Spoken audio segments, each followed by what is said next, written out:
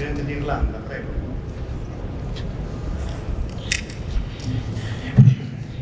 Dear friends, may I begin by thanking our host, Sergio Mattarella, President of Italy, for hosting today's meeting of such an important discussion of topics.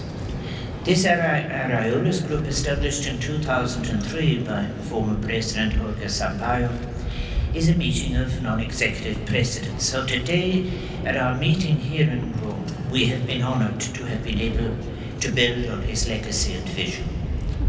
And it was an honor to take part in these discussions at a time when we face not just great challenges, as is usual to say, but indeed interacting crises.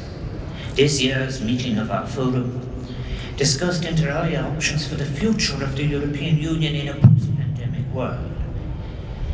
We were able to touch on a wide range of important issues, and I think as we continue to address the pandemic, we must learn the lessons of living with an inadequate analysis and response to the financial crisis, and we must ensure that we connect with the European street, seeking to forge what is now an urgent needed connection between their consciousness of a needed connection between ecology, economics, ethics and justice. And it is my hope that our planning for the years ahead will include a reflection on the assumptions that led to the current legacy of ecological irresponsibility and our galloping journey towards and our spreading of an ideology of an economy without morals. The European street and the aspiration of its citizens. So to Europe that is much more than a zone of economic cooperation in matters of coal and steel and technocratic arrangements. So well reflected here in Rome, I said in the Ventoteno Manifesto. And the peoples of Europe continue to seek a vision of a Europe that transcends of division, a Europe that celebrates diversity, embraces respectful, sustainable relationships with our natural environment, and a form of economy that delivers on a promise of sustainability. And I think drawing on the strengths of reason and the European tradition, we must also respond with the language of the heart and consider values such as care and solidarity and compassion and kindness. And in all of this, human rights will be very important.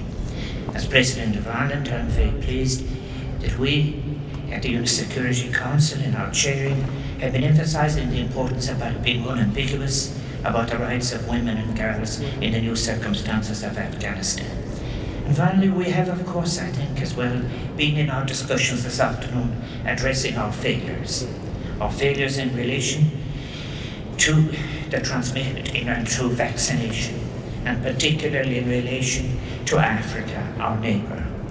I think we have failed Africa, and we have to accept as well that what we must be doing is the need for pooling our technology and the transfer of capacity to protect from pandemics, and the transfer of science and technology in a way that will enable our neighbours to achieve sustainability. Our discussions, I believe, were very fruitful, and I was delighted that it was such a positive discourse. We have made significant progress, and there are so many areas of shared purpose, and I believe we have an opportunity to make contact with the consciousness that is there in the world to do things entirely differently. Grazie.